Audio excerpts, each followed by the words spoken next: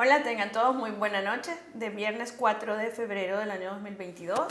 Ya estamos de regreso acá nuevamente como todos los viernes a las 7 de la noche en plataforma. Gracias por sintonizarnos en Canal 23 de Claro TV, Cable Color, 28 Tivo Digital y por supuesto mi favorito donde entro a veces a saludarlos también y agradecerles su sintonía y comentarios en el canal de YouTube de Informa de TVX, Informa TVX. También gracias por sus likes a las páginas de plataforma-SV, tanto de Twitter como de Facebook, y por seguirme en todas mis redes sociales donde me encuentran como Tania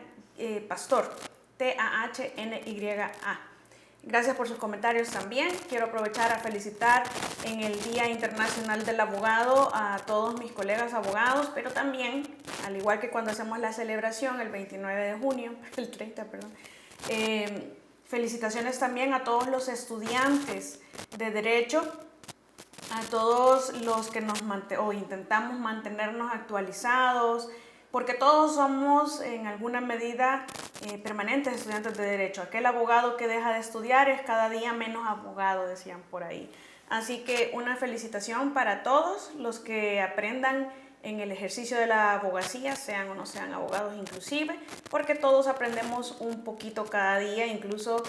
yo aprendo muchísimo de las personas que no son abogados sobre todo, y como siempre voy a insistir sobre todo las personas que opinan diferente a mí o que piensan distinto o que opinan de una forma completamente diferente. Hay que aprender a tener esa tolerancia, aprendemos a enriquecernos de esa manera, pero sobre todo a contrastar nosotros mismos, a validar nosotros mismos la información y a tener nuestras propias opiniones informadas. Eso es lo que podamos aprender cada día y hacerlo de forma permanente. Quiero hacer una plataforma esta noche en donde voy a proporcionar mi opinión sobre 3 temas de coyuntura. El primero es lo que se ha denominado en algunos medios como canibalismo partidario por todas aquellos funcionarios que están saliéndose de sus partidos, que están interponiendo sus renuncias. Algunos incluso ya se ligaron a otro partido político, otros se han mantenido todavía al margen. También el otro tema es la comisión de la ONG o que investiga los fondos destinados a organizaciones no gubernamentales en la Asamblea Legislativa. Y por último, que ya hicimos una plataforma completa sobre este tema, el agente digital encubierto. Muy importante en cuanto al tema del canibalismo partidario o partidista,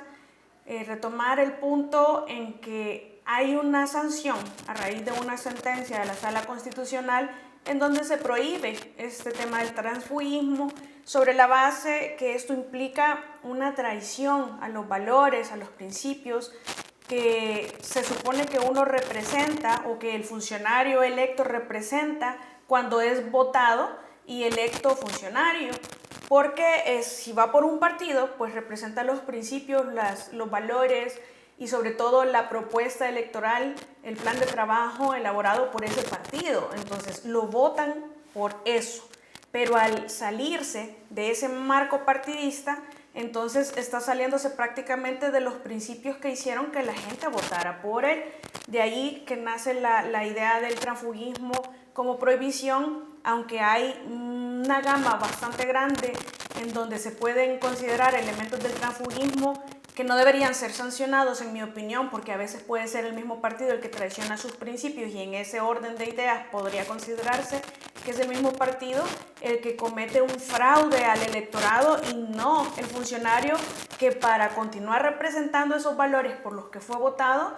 elige separarse de un partido político. Por ejemplo, ese escenario no está contemplado en esa sentencia y se es bastante absoluto y bastante de verdad extralimitado quizás en el orden de sancionar el Tribunal Supremo Electoral en cuanto a tema de transfugismo, y lo pongo por ejemplo porque me pasó con un aspirante a candidato a diputado no partidario que yo llevaba, que había participado en una elección interna de un partido y que luego iba a ser no partidario, pero hubo también otras personas que participaron en elección interna de un partido, no quedaron electos ahí por las bases, se fueron a competir en otro partido, allí sí quedaron electos, fueron a las elecciones y hoy son diputados. Entonces, en el caso de los no partidarios, se consideró que estaba haciendo una especie de fraude al electorado, una especie de transfugismo, pero en el caso de los partidos no. Eso, más que el transfugismo, tiene que ver en realidad ya con los funcionarios, la aplicación que hacen de las leyes y la violación a derechos fundamentales en cuanto a los no partidarios que el mismo Tribunal Supremo Electoral ha hecho en el pasado. Entonces, permitir en unos sí, pero en otros no, es el problema de la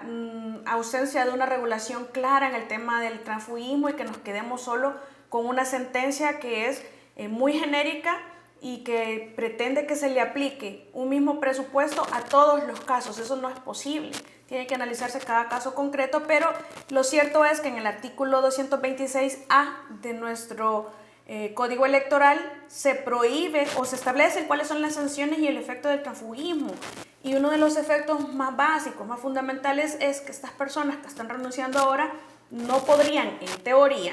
mientras no cambie esto, no podrían postularse en la siguiente elección para ejercer un cargo público de esta naturaleza, porque dice, ustedes lo van a ver en pantalla, el artículo 226A, se prohíbe a los funcionarios que hayan sido electos por votación popular para ejercer un cargo en la Asamblea Legislativa o en un consejo municipal, abandonar el partido político por el cual resultó electo para ingresar a otro ya existente o en proceso de formación. Se habla de los que se quedan sin partido, que incluso eso no se permite, fue anulado posteriormente. Dice, quien infrinja lo estipulado va a tener una multa de 12 salarios mensuales. Es decir, todas estas personas que están renunciando al partido por el cual fueron electos, en teoría deberían ser sancionados con una multa equivalente a 12 salarios mensuales o dietas equivalentes que le corresponden en el periodo, y quedará inhabilitado para postularse para cualquier cargo de elección popular en el siguiente periodo. Hay un paréntesis con el número 14 que se refiere a que la reforma fue realizada en el año 2017. Antes no existía esto, y todo es a consecuencia de aquella separación que hubo desde que empiezan, incluso se conformó Gana, que muchos diputados se separaron y conformaron una nueva fracción legislativa. Pero entonces la prohibición también aplica para los consejos municipales. Esto en realidad, si se quieren salir,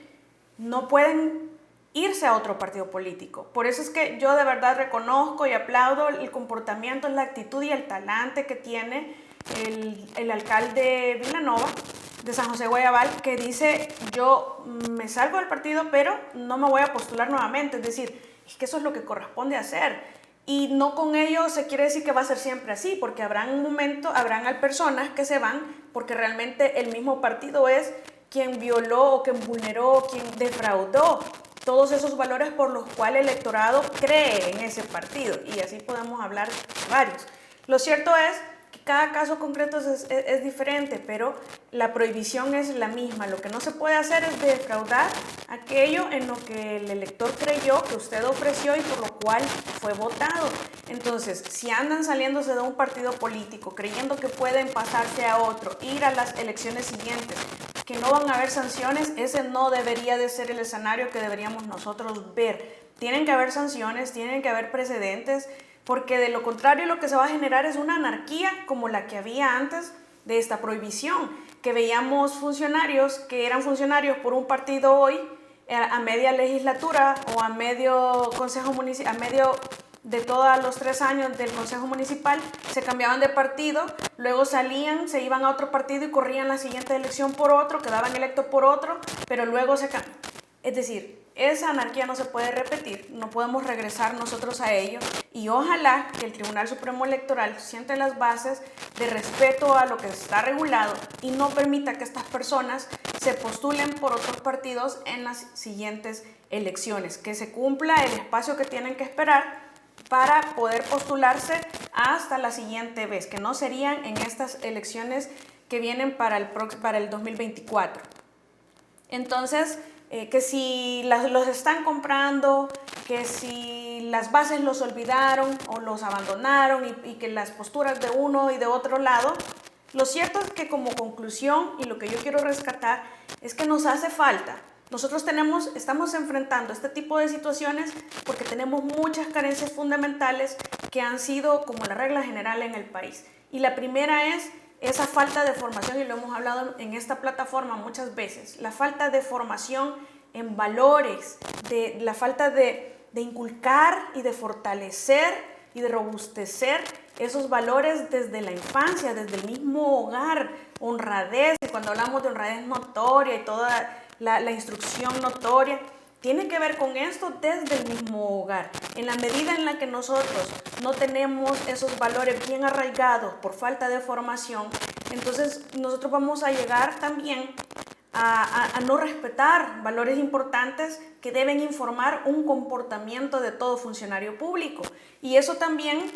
le vamos a sumar que carecemos como país de una formación política suficiente para que se entienda cuál es el rol del funcionario en la función pública, valga la redundancia, como para que tengamos buenas políticas públicas, para que se tomen iniciativas que sean realmente de beneficio de la población, porque todo esto lo que genera al final del día es una falta de vocación. Hay gente que ya trae la vocación, pero también hay que formarla. Cuando nosotros no tenemos entonces valores, cuando nosotros no tenemos formación política ni respeto por esos valores, entonces lo que y además nos metemos a la política, no por vocación de servicio público, sino por un trabajo estable o porque ver qué saco, qué gano, cómo figuro, si logro poder, pero es cualquier cosa menos la vocación por servicio público. Entonces lo que obtenemos son personas sin valores o personas con valores muy débiles que pueden ser compradas, que pueden ser convencidas de pasarse a otro partido con la promesa de que van a continuar en el cargo más tiempo, se les va a ofrecer cierta cuota de poder o se les va a ofrecer otro cargo adicional u otra entrada adicional. Es decir, mientras esos valores no estén muy bien arraigados, va a ser muy fácil seguir viendo este tipo de escenarios. Entonces, como el Estado ha fallado en proporcionarnos esos medios y esas herramientas de educación, nos corresponde también a nosotros, en cierta medida, comenzar a hacer un cambio en ese aspecto. Por eso es que yo siempre les digo, ¿qué podemos hacer nosotros? Sí critiquemos, sí analicemos, sí todo, pero también, ¿qué podemos hacer nosotros para mejorar en nuestra sociedad? Y podemos comenzar desde nuestra casa. De hecho, si no comenzamos en nuestra casa, entonces tenemos un problema todavía más grave.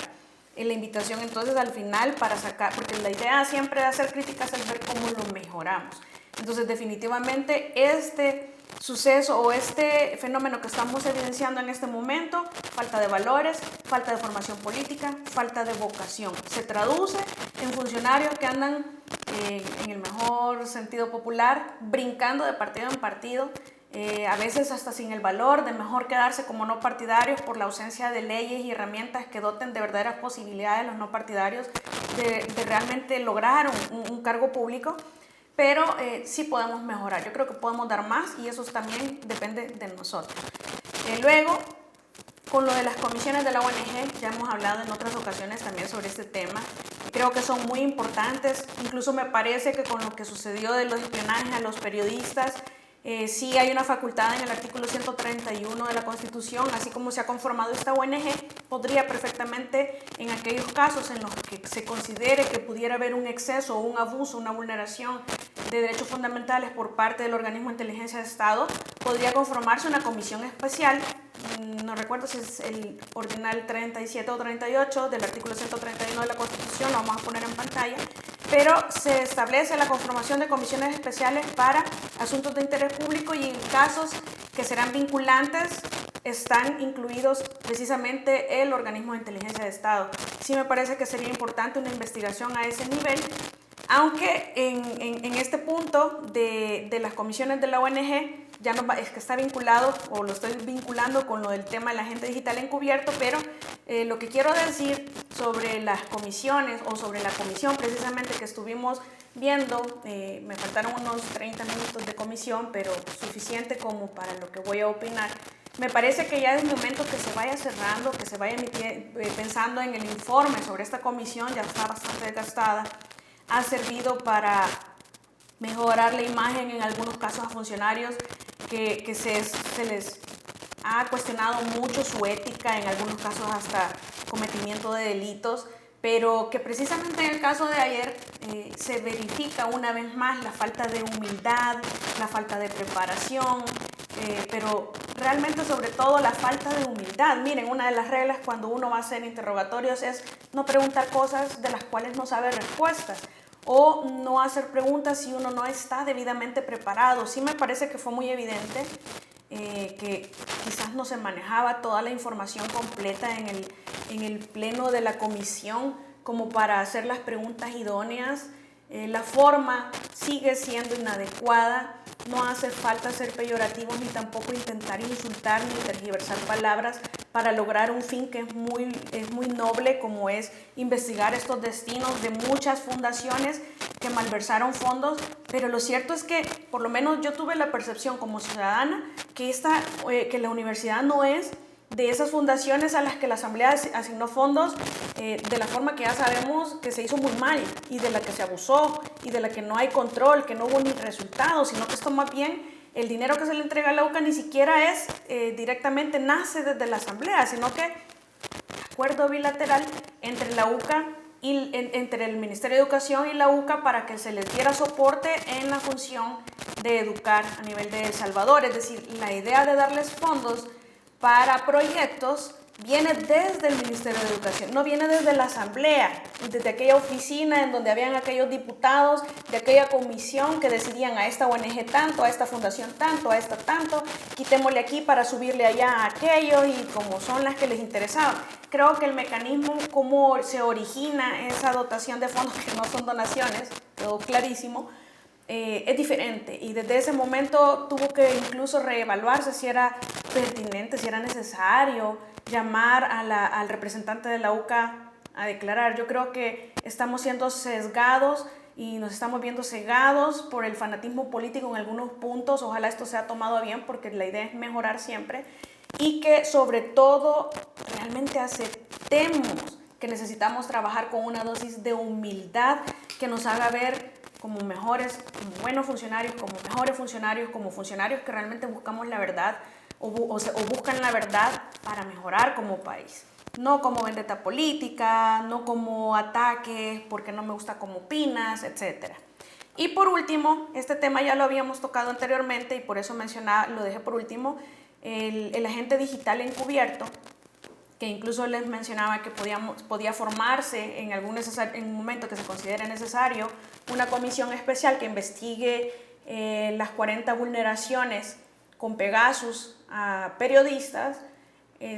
Sí pienso y estoy convencidísima que se han confundido las figuras del agente digital encubierto cuando hacen afirmaciones como se está legalizando el espionaje. Falso. No es cierto, es decir, se está confundiendo una figura en un proceso penal o en un eventual proceso penal, pero ¿qué significa el agente encubierto?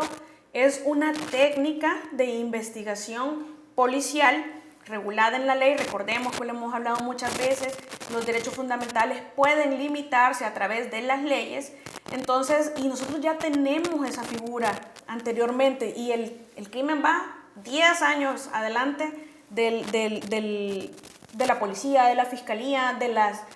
las normativas o de las políticas públicas criminales que implementan cambios de esta naturaleza, como reformas de incorporar en una legislación una figura que permita perseguir el delito más eficazmente. Cuando esto se logra, ya que ellos vienen años de estar delinquiendo digitalmente, nosotros eso lo sabemos, y no existía una figura que era muy necesaria. De hecho, nosotros vemos en la ley de extorsiones y en la ley de narcotráfico, vamos a ver esos dos artículos de esas dos leyes especiales en pantalla, y se refieren a los agentes encubiertos, en qué consiste un agente encubierto, y esto que viene a incorporarse ahora al Código Procesal Penal se refiere a agente digital encubierto. Entonces, si el agente encubierto normal anda encubierto por allá afuera, incitando a que otros cometan delito, yo me imagino que estos van a estar en una sala con una computadora haciendo todo lo que hace un agente encubierto, ¿verdad? Lo cierto es que no es verdadera esa afirmación que hace que con esto se está legalizando el espionaje. No, esto es necesario como herramienta para persecución eficaz del delito. Lo que sucede es que ese es un tema aparte, como lo vimos hace 3 plataformas. Bueno, la semana pasada no hubo. Tuve compromiso y lamentablemente no pude estar, me disculpo por ello. pero lo abordamos y establecimos que ese es un marco legal de aplicación del OIE. A la hora que se quiera venir a perseguir a alguien que abuse de ello, necesitamos una sanción muy alta, pero va a ser bien difícil probarlo, porque en algunos de los casos, como está el artículo 24 de la Constitución, que establece nuestro derecho a la inviolabilidad de la correspondencia y que fue modificado para poderle dar lugar al nacimiento de la Ley de Intervenciones Telefónicas, allá por el 2012, entonces lo que sucede es que cuando se quiera procesar a alguien que bajo la bandera del amparo de la ley del organismo de inteligencia de Estado, cuando se alegue seguridad nacional o soberanía nacional, van a encontrar en el Código Penal una protección de excluyente de responsabilidad penal. Esto quiere decir que no van a ser responsables penalmente porque van a estar actuando al amparo de derechos reconocidos en la Constitución, como es la seguridad nacional. Es bien complicado el tema, pero yo pienso que lo que tenemos que luchar es para que la ley del organismo de inteligencia del Estado, la ley del OIE, tenga verdaderos límites, tenga verdaderos controles, nos proporcionen como ciudadanos una verdadera garantía que no se está haciendo un uso abusivo de las herramientas de inteligencia del Estado, porque de la manera que quedó elaborada desde la época de los acuerdos de paz, en donde nace el organismo de inteligencia del Estado, que como reglamento y que luego se obliga a que se cree una ley, que es en la época del 2000, antes de Tony Saca, con Francisco Flores, que surge esta ley, se deja de una manera demasiado discrecional, poco reglada, sin controles, y además se encuentra regulada como reservada dentro de la Ley de Acceso a la Información Pública, pero tiene que obligarse a que eventualmente se desclasifique este tipo de información, que tengamos más control sobre ella para evitar los abusos. En realidad se está confundiendo estas dos figuras, pero definitivamente, como nuestro derecho a la inviolabilidad, sí pienso que tenemos que exigir que se regule de forma más precisa y que además se agreguen sanciones bastante fuertes en el Código Penal para los funcionarios y empleados que abusen de esta potestad de la inteligencia de Estado, y en los casos de los agentes encubiertos que abusen de estas potestades, como la Ley de Intervenciones Telefónicas también, y que se vean sancionados, no como lo que pasó en el 2018, la Fiscalía del 2016, 17, 18, que al parecer realizó escuchas ilegales y todavía no vemos ni siquiera una investigación al respecto. Más bien, ese fiscal general de la República incluso sobreseyó definitivamente a su primo, quien al parecer fue que autorizó esas escuchas ilegales, pero aquí estamos y vamos a seguir denunciando este tipo de acciones, que se forme una comisión especial si es procedente, pero no se puede quedar uno como ciudadano como si no está pasando nada, no es normal, no es natural. Necesitamos esa regulación. Si Dios lo permite, nos escuchamos el próximo viernes. Un saludo para todos, pasen muy buena noche, protéjanse bastante del COVID, que está bien feo. Hasta luego.